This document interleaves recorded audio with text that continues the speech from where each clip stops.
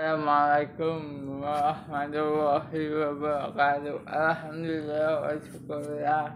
La haula wa la quwwata illa billah wa ala alihi wa sahbihi ajma'in. Asyhadu an la ilaha illallah wahdahu la syarika lahu wa asyhadu anna Muhammadan abduhu wa rasuluh.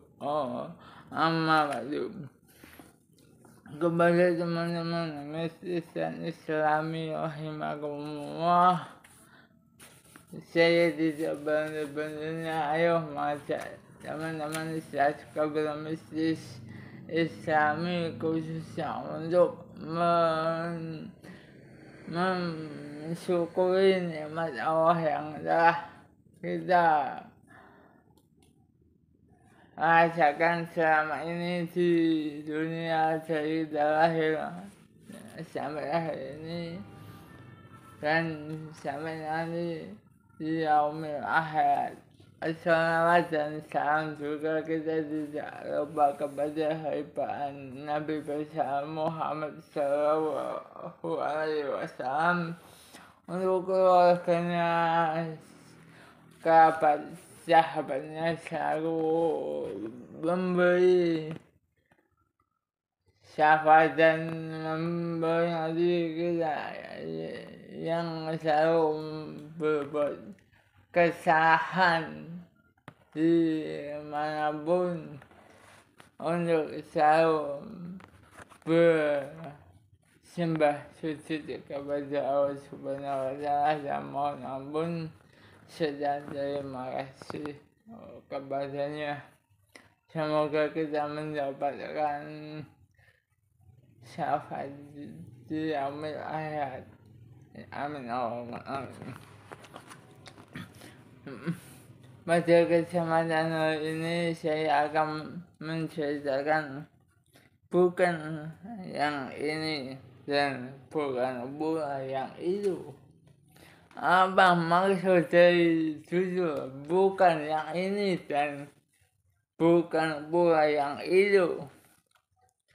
Bismillahirrahmanirrahim.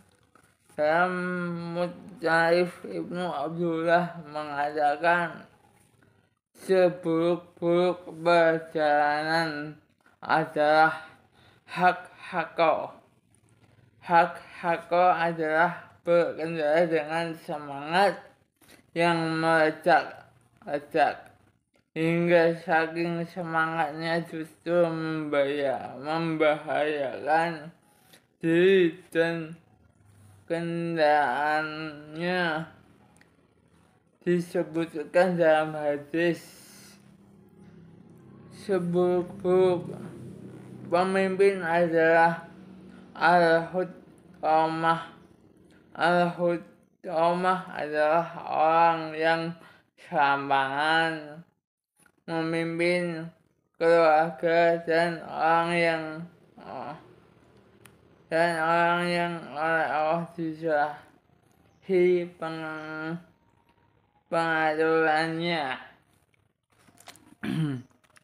Sebenarnya yang disebut kesatuan itu terletak di antara sikap yang terlalu keras dan terlalu dungu, senyuman dan terletak di antara kemuraman hati yang dan tertawa, serta sabar itu terletak di antara perasaan yang terlalu keras dan terlalu takut. Sikap berlebihan itu juga dimatikan. Sikap berlebihan itu bisa dimatikan dengan menekan sikap yang berlebihan itu dan memadamkan sesuatu dengan yang membakar dan membara itu. Sedangkan hati lalai itu bisa diobati dengan cara merecut semangat dan membakar harapan yang ada di hati. Dalam surat Al-Fatihah ayat pertama ayat ke-6 dan ke-7 yang artinya Tunjukilah kami jalan yang lurus, jalan orang-orang yang kamu beri nikmat atas mereka, dan bukan jalan orang-orang yang engkau murkai, bukan pula jalan orang-orang yang sesat. Tidak ada yang lebih sulit di dunia ini dibandingkan sabar. Sabar di sini bisa berarti sabar terhadap yang dicintai, dan sabar terhadap yang tidak disukai. Sabar diperlukan dalam melakukan sesuatu yang sangat panjang masanya, atau ketika terjebak dalam putus asa karena buntu.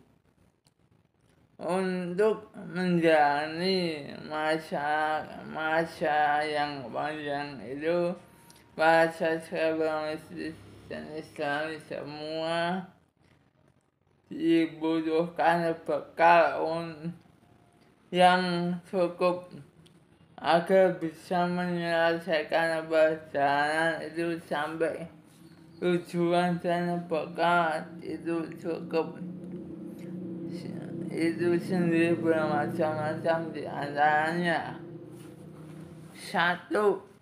Menimbang kadar ujian itu yang bisa jadi akan lebih besar dari yang dibayangkan.